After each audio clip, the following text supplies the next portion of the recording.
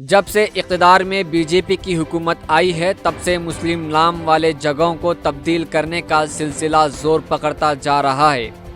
UP के बाद अब मध्य प्रदेश में भी मुस्लिम नाम वाले जगहों को बदला जा रहा है। हाल ही में भोपाल में हबीबगंज स्टेशन का नाम बदलकर गोविंद रानी कमलापति के नाम रखा गया है।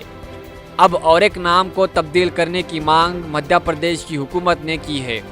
भोपाल के सबसे बड़े सरकारी अस्पताल हमीदिया अस्पताल का नाम बदलने का मुतालबे ने जोर पकड़ लिया है।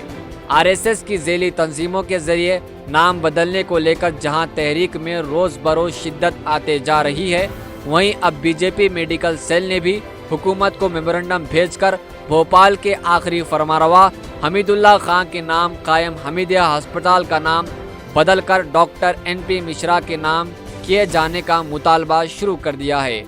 और इसके अलावा भोपाल में बहुत सारे नाम तब्दील कराने की कोशिश की जा रही है।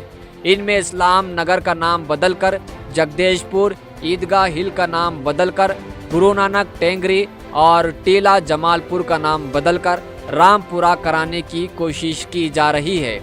अब यहाँ पर यह सवाल पैदा होता है कि आखिर क्यों सिर्फ मुसलमानों के नामों को बदला जा रहा है। यह हिंदुत्व की सोच है कि जहाँ भी मुसलमानों के नाम हो इस जगह को तब्दील कराने की कोशिश की जाए ताकि इन्हें आने वाले लोग इन्हें याद नहीं कर सके और तारीख में इनका कोई किरदार ना हो।